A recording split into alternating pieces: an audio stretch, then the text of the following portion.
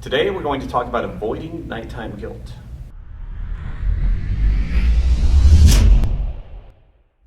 I'm holding this strange looking device basically because I want to talk about visual aids as a tool to sticking to your commitments for your own health.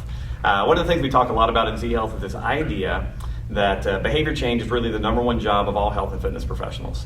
Because most of us, our lives decline over time because we consistently make bad choices with regards to food, movement, or other stuff.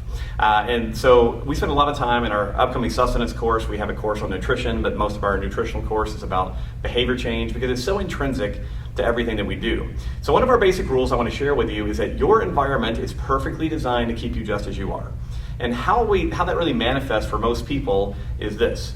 You wake up one morning and you decide, you know what, today is the day. I'm going to commit to X, whatever that X is, a running program. I'm going to start lifting weights. I'm going to start this new diet. I'm going to start doing something for my health. I'm going to meditate, etc. And we wake up very enthused. We get really committed about it. And then we remember our commitment around 9 p.m.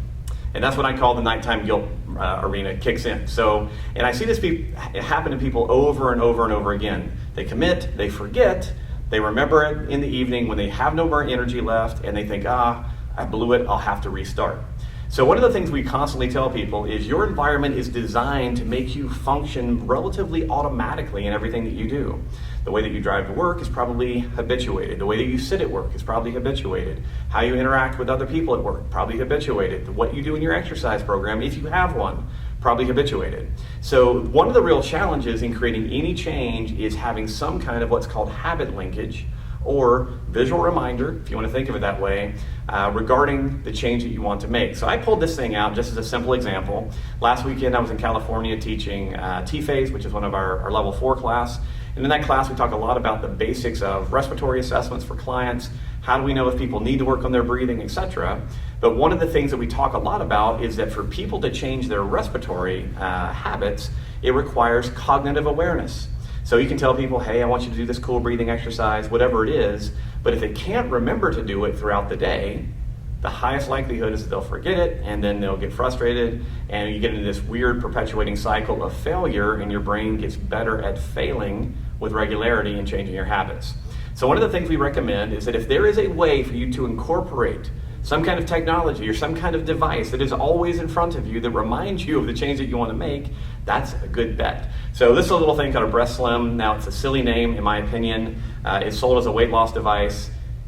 Maybe it could help you long-term lose some weight. I'm not going to get into the metabolics about that, but what it does do is it gives you a program to follow to work on your respiratory capacity, and more importantly, it's weird looking and you can sit it on your desk or on your kitchen counter, and every single moment you see it, you're like, I said I was going to work on my breathing. My trainer said I need to work on my breathing. They gave me this device. Maybe I should work on my breathing.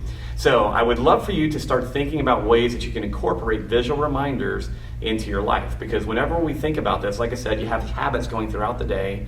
If you can link a visual reminder to something that you know that you're going to do every single day. Let's say you get home after work, you sit down in front of the TV for a half hour to just relax. Put it where you're going to see it. You can use your respiration device while you're watching TV. It doesn't really matter what you choose, but you need to have something to remind you. If you can remind yourself, you can do it. If you can do it, you can avoid that long-term nighttime guilt problem. So that's my advice for you this week. If you have any questions about it, let us know. Otherwise, good luck. And if you have any amazing suggestions for what you do to remind yourself regularly about what's important to you, we'd love to hear them. Thanks.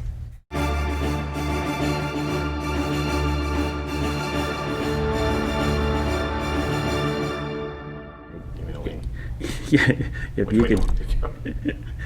No, it's because I'm coming in an angle, so I actually have to skew it so that it looks straight. But I can go sideways. I think maybe that's not 12 helping. degrees, check. I think that's not. Maybe I should just shoot from straight on now. All right.